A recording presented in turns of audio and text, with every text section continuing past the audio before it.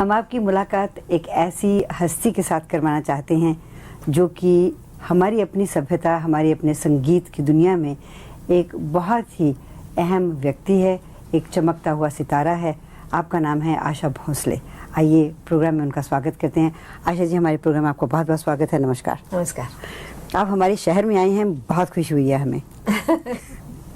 मुझे भी बहुत खुशी हो रही है कि बहुत बम्बई से दूर आई हूँ, पराए शहर में हूँ। यहाँ नीचे उतरूँगी तो रास्ता क्रॉस करना भी नहीं आएगा, लेकिन अच्छे लोग मिल जाए तो कहीं पर भी जाओ तो अच्छा लगता है। हमारे ये जो शहर है, भारत में बहुत से हिल स्टेशंस हैं, उनमें किसी न किसी के साथ तो मिलता जुलता होगा। हाँ है, मेरा ख्याल है शिमला वगैरह से मिलता है, क्योंकि वहाँ बर्फ वाले पहाड़ हैं और सब कुछ। आशा जी, ये बताइए कि आपका संगीत का जो सफ़र है, वो मैं आपके बारे में बायोग्राफी पढ़ रही थी, वो 10 साल की उम्र में आपने शुरू किया। जी। तो इसके पीछे क्या राज था? क्योंकि आपको गाना पसंद था, क्योंकि फैमिली में माहौल ही सारा संगीत का था? नहीं, मेरे पिताजी गुजर गए जब हम छोटे छोटे थे जी। तो पिताजी को ज़रा भी पसंद नहीं था कि हम फिल्मों में गाएं या जाएं, कुछ भी नहीं था, क्योंकि हमारी कंपनी थी बहुत बड़ी, नाटक कंपनी, ड्रामा कंपनी, और मेरे पिताजी के हाथ मतलब मालिक थे, 200 आदमी काम करते थे और बहुत अच्छा था। लेकिन जैसे फिल्में आई तो डाउन हो गई नाटक कंपनी। हाँ। फिल्में आई, जैसे टीवी आती, फिल्मों में इफेक्ट पड़ा, वैसे आस्ता आस्ता फिर से उन्होंने फिल्म कंपनी बनाई। उसमें अच्छा। उन्होंने बहुत धोखा खाया। फिर उन्होंने नाटक कंपनी शुरू की, लेकिन उम्र के 40 साल में अपनी वो चले गए। उसके बाद हम लोग रह गए और दीदी काम करती थी कोल्हापुर में। उसके बाद एक दिन कहा कि इसमें बच्चों का गाना है, तुम लोग गाओ। तो फिर पहला गाना तभी मैंने शुरू किया। लेकिन मेरा ये दिल में कभी भी नहीं था कि मैं सिंगर बनूंगी या फिल्म में जाऊंगी, बिल्कुल नहीं था। मेरा स्वभाव ऐसा है, घर देखूं, खाना पकाऊं, सफाई करूं, बाल बच्चे हो, ये मेरा ख्याल है मैं टिपिकल इंडियन वुमन हूँ। तो मैं जब उसके बाद जब मैंने शादी वगैरह की और मुझे गाने के लिए जाने पड़ा तो मुझे दुख होता था, मैं गाना नहीं गाना है मेरे को। अरे, लेकिन मिस्टर भोसले बोलते थे कि तुम्हारे पास एक कला है, तुम्हारी अच्छी आवाज़ है, तुम गाना सीखो। फिर मैं गाना सीखती रही। और अब देखिए मज़ेदार बात होती है, टाइम है ना आपके पास? अरे पूछिए नहीं, बहुत टाइम है। मैं संगीत की पहली कक्षा होती है ना, जैसे पहला वर्ग, उसमें पढ़ रही थी। अच्छा। तो 10 राग थे। तो पहला राग था भोपाली वगैरह सब ऐसे राग थे, भैरवी थी, भैरव। तो माँ जो टीचर आए वो परीक्षा लेने के लिए, वो बहुत बड़े सिंगर थे जी। शंकरराव व्यास, नारायणराव व्यास। तो शंकरराव बैठे हुए थे और मैं सामने तानपुरा लेके गा रही थी। तो जैसे मैंने गाना शुरू किया, तुम जागो मोहन प्यारे, तुम जागो मोहन प्यारे, सावली सूरत तोरे मन रे जाए, सुंदर श्याम हमारे, तुम जागो मोहन प्यारे। तो शंकरराव व्यास मेरे सामने बैठे थे, बहुत बड़े सिंगर जिनकी किताबें हम पढ़ रहे थे वही।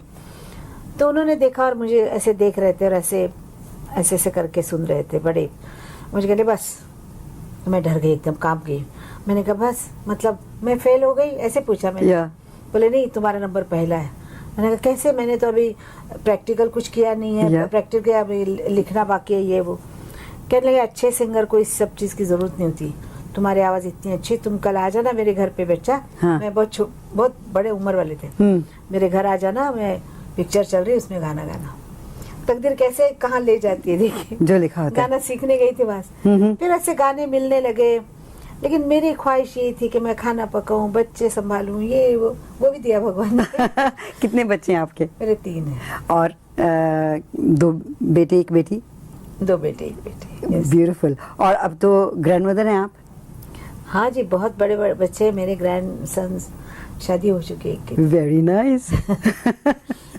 तो जिंदगी में वो सब चीज़ें मिली जिसकी आपकी ख्वाहिश थी, बच्चे, पति, ग्रैंड चिल्ड्रन और गाना भी, जिसकी आपको इतनी ज़्यादा ख्वाहिश नहीं थी। लेकिन देखिए उससे आपको सुकून तो मिलता है ना आपकी आत्मा को, वो आत्मा का संगीत है। संगीत एक ऐसी कला है जो जन्म जन्म तक अपने साथ चलती है। क्योंकि हम उसकी इतनी मेहनत से उसको पकड़ के रखते हैं आवाज़ को, ये राइट, और इसका क्या बोलते हैं, पूजा ही करते हैं। बिल्कुल तो एक ही चीज़ है जो हमारे साथ जाती है, शरीर यहीं रह जाता है, बिल्कुल। लेकिन आवाज़ ज़रूर जाती है। तो लास्ट जन्म में भी हमने कुछ गाया होगा जो बाकी रहेगा, तो इस जन्म में हम पूरा कर रहे हैं। अच्छा जी, आवाज़ का जादू जो है आपके पूरे परिवार में, और ख़ासतौर पे आपका जो गाने का अंदाज़ है अपनी बड़ी बहन से बिल्कुल मुख्तलिफ है। एंड आपने, हालांकि आपके परिवार के सब लोग म्यूज़िक वाइज बहुत पहुँचे हुए लोग हैं, लेकिन ये जो आपका स्टाइल है, ये डिलिबरेट एफर्ट थी आपकी तरफ से, जानबूझ के आपने अलग तरीका अपनाया कि मैंने एक बार जानबूझ के मैंने अलग किया, क्योंकि दीदी जैसा मैं गाती तो मुझे कभी काम नहीं मिलता। वो भी सही मिलता तो वो भी 2-3 गाने मिलते, लेकिन ओरिजिनल इतना अच्छा होते हुए नकल कौन लेता है। वो सही। तो मुझे ऐसा लगा कि मुझे अपना चेंज करना पड़ेगा गाना। जैसे गाने आते गए तो उसी को मैंने अपनाया शुरू किया, राइट। ताकि कोई लोग ऐसे होते ना कि ये कैबरे भाई क्यों गाने का, इसको छोड़ दो, फिर अनमन से गाओ, तो फिर नहीं गाए तो अच्छा ऐसा। लेकिन मैंने नहीं, जो काम है बड़ी मन से किया, राइट। तो वो अपनी तरह बनती गई, अपनी पहचान बनती गई। लेकिन हैविंग सेड दैट, कैबरे आपने गाए, आपने सॉफ्ट गाने, आप उसकी बात कर रही थी, सॉफ्ट गाने भी हैं, चुलबुले गाने भी आपके गाए। कौन सा ऐसा गाना है जिसने आपका जो रास्ता था उससे ज़रा उसमें मोड़ ला के दिया? कोई ऐसा गाना याद आता है आपको? ऐसे बहुत से मोड़ आए। कोई किसी का गाना चल गया, लोगों ने कहा यही स्टाइल है उसका, राइट। और हमारी फिल्म लाइन में खास बात है, कोई गाना किसी का चल जाएगा उसको ठप्पा मार देते कि इसका स्टाइल ये हो गया, राइट। तो मेरे को कितने दिन तक कैबरे आर्टिस्ट ही बोलते थे, कैबरे आर्टिस्ट का ये था। लेकिन जब अच्छे अच्छे गाने भी आए तब बोलने वाले तो कुछ भी बोलते हैं, लेकिन जो समझदार है वो समझते थे कि वो हर कोई गाना गा सकती है।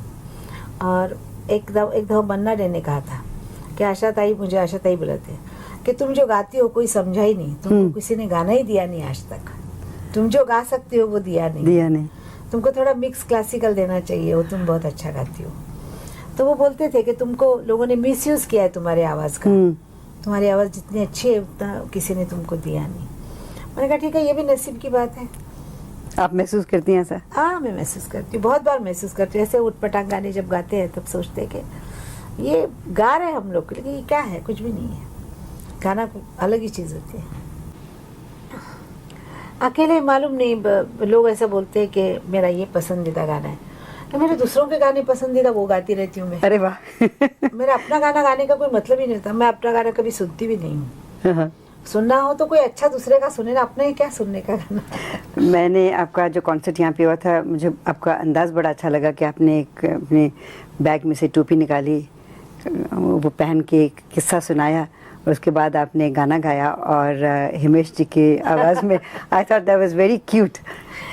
वैसे क्या है ना, हिमेश बहुत दया म्यूजिक डायरेक्टर हैं, और वो खुद बहुत अच्छा गाते हैं, मतलब गाते हैं। सब बोलते हैं नाक में गाते ये वो है, लेकिन अच्छा मैं क्या बोलती हूँ, हम बोलते हैं नाक में गाते हैं, हम लोगों को पसंद नहीं, लेकिन पब्लिक पसंद कर रही तो हम क्यों क्या बोले। That's right. जब पब्लिक उनको मान रही है तो ठीक है, हमको क्या, गाना चला हुआ है।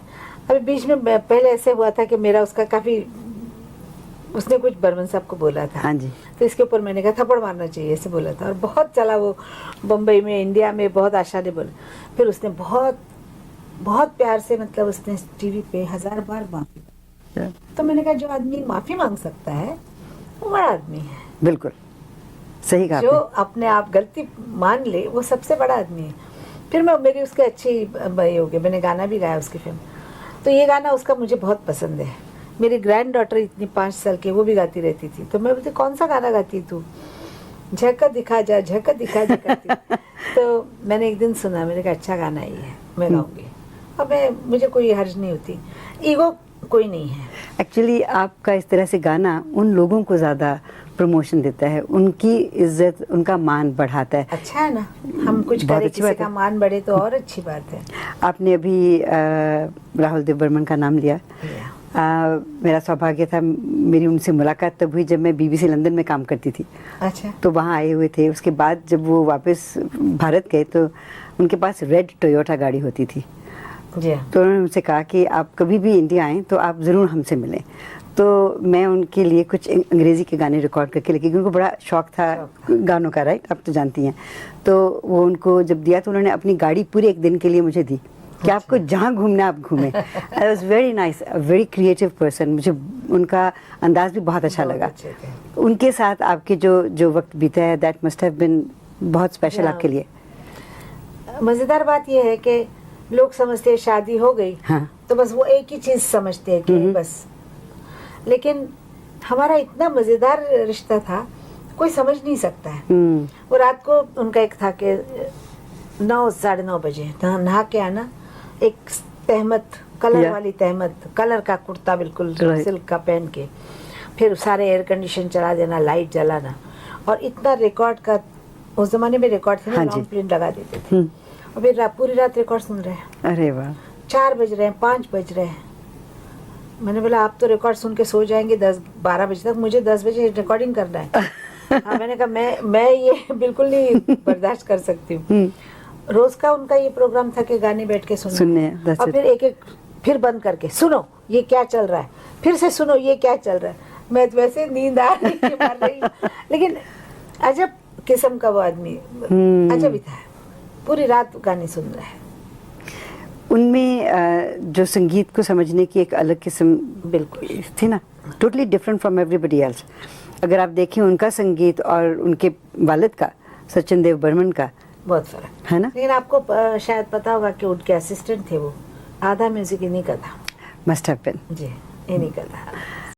बहुत से संगीतकारों के साथ आपने उनके साथ गीत गाए हैं और इन गीतों को बहुत मशहूर किया है। ओपी नैयर के टाइम पे जितने भी गीत आपने गाए हैं उनमें से कोई ऑसम म्यूजिक, मुझे उनका संगीत बहुत हमेशा से पसंद आया। एक ये था, उनको अहले ज़बान थे, उर्दू जानते थे, तो वो गाने लेते थे बहुत अच्छा, मतलब लिखे हुए गाने बड़े अच्छे होते थे जी। एस.एच. बिहारी के गाने जो थे, राइट, यही वो जगह, यही वो फिजाएं, यहीं पर कहीं आपसे हम मिले थे, ब्यूटीफुल, या वो मैं शायद तुम्हारे लिए अजनबी हूँ मगर चांद तारे मुझे जान। हर गाना उनका ले जाइए आप, कहाँ जाएंगे, मजरू सुल्तानपुरी के गाने, तो गाने बड़े चुन चुन के लेते थे।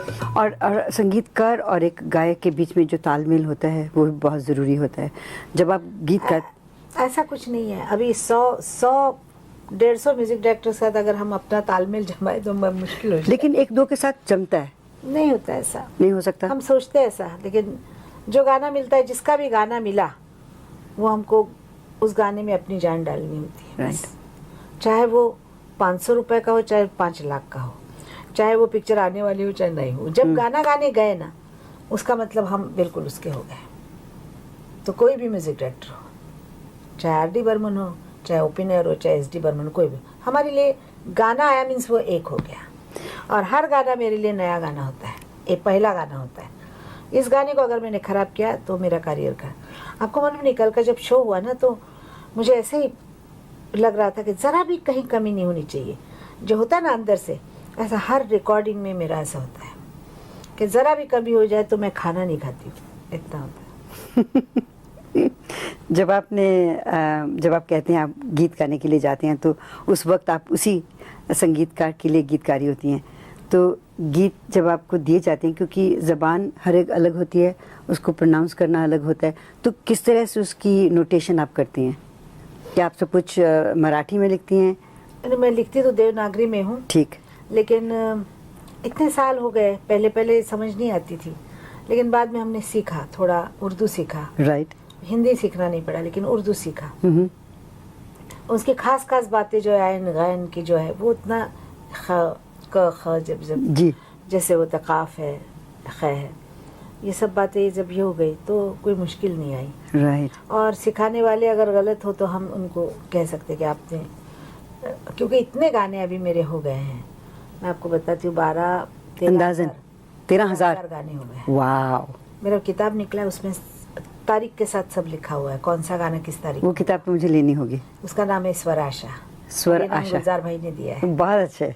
वो एक और ऐसे शायर हैं, कंपोज़र हैं, हु इज़ अमेजिंग। हमारी अपनी जो इंडस्ट्री है, आपने कुछ नाम तो लिए, मजरू साहब का नाम लिया, एच.एस. बिहारी का नाम लिया, आजकल के नए जो लिरिसिस्ट हैं उनमें जावेद अख्तर हैं, उनके पिताजी भी बहुत अच्छे थे। हाँ, उनके साथ मैंने बहुत काम किया, साहिर साहब के साथ बहुत किया, शकील बदायूनी के साथ, कुमार बाराबंकी, वो कितने राइटरों के साथ काम किया जिसको अभी लोग भूल गए हैं। एक्चुअली हमारे स्टेशन पे इनके गीत अक्सर बजते रहते हैं। अगर मैं आपको वक्त के साथ पीछे पीछे थोड़ा लेके चलूँ तो 50s से शुरू करें। हाँ, तो उस ज़माने में कुछ ऐसे गीत थे जो आज भी अगर बजते हैं लोग पसंद करते हैं। हाँ, अमेजिंग। राजेंद्र कृष्ण और श्री रामचंद्र, ब्यूटीफुल, बहुत बढ़िया वो था, उनका मेल था, उनका बहुत अच्छा था। तो मैं तो 40 से शुरुआत की है, मैंने 43 से समझ लीजिए जी। तो सारे म्यूजिक डायरेक्टर, सारे राइटर्स, सबके साथ काम किया और एक से एक बढ़िया। हिंदी के प्रदीप जी और भरत व्यास जी, मधोक साहब, सबके साथ काम किया।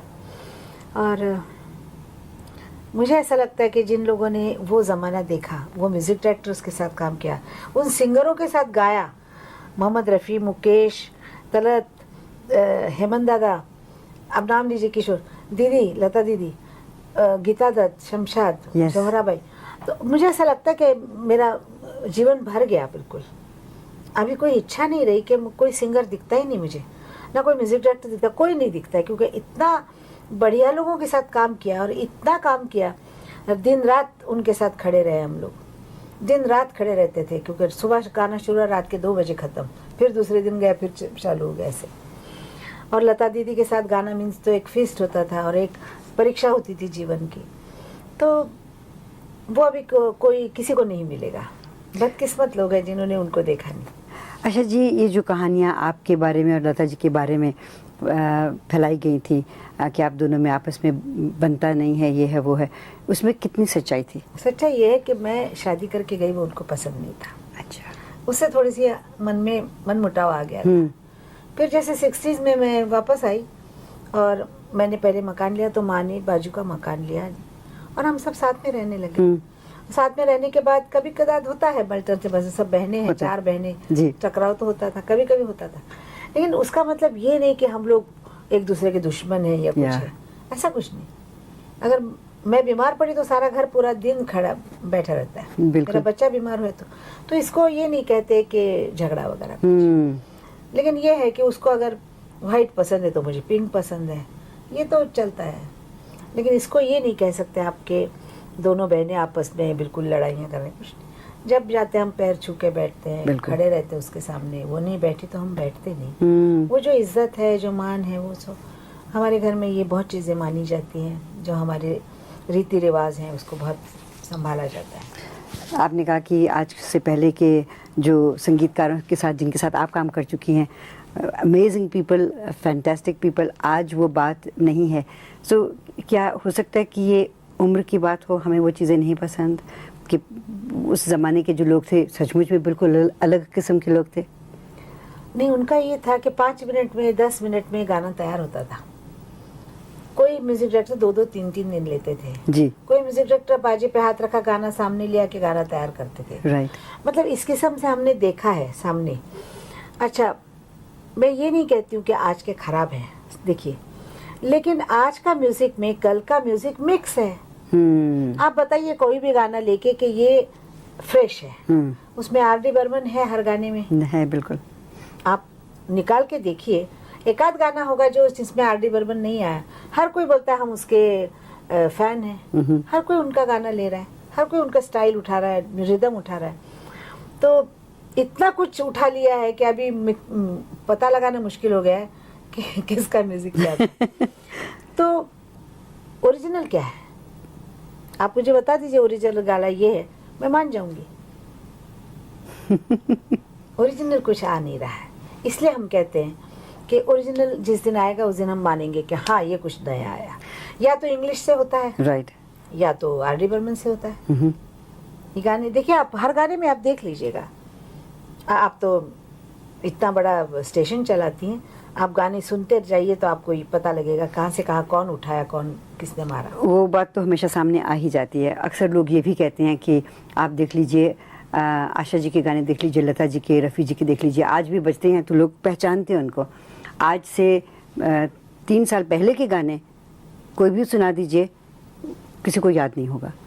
तो वो मैं अच्छा, ये मेरी भी समझ नहीं आती है कि पहले गाने 40 साल 50 साल चल रहे हैं, राइट, और आज के गाने 6 महीने के बाद क्यों नहीं लोग याद रखते हैं? क्यों? ये मेरे को समझ नहीं आया। मैं अपने छोटे से दिमाग से ये बता सकती हूँ कि हो सकता है कि आजकल के गानों में वो दम नहीं है उनके लिरिक्स में।